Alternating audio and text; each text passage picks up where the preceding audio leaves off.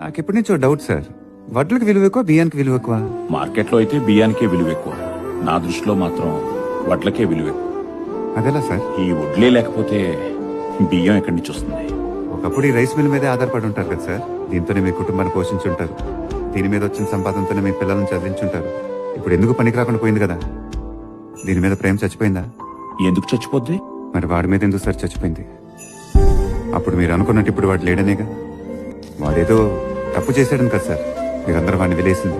వాడు చేసిన తప్పుకి ప్రతిఫలం నేను సార్.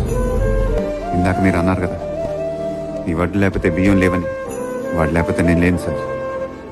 ప్రపంచం చూడకముందే వాడు నా గెలుపుని చూసాడు సార్. సార్ వాడు రిషి సార్, వాడిని ఆపేయాలని చూస్తున్నారు. వాడు ఆగకూడదు సార్. వాడు ఆగిపోతే ఇక్కడ దేనికి అర్థం ఉండదు సార్.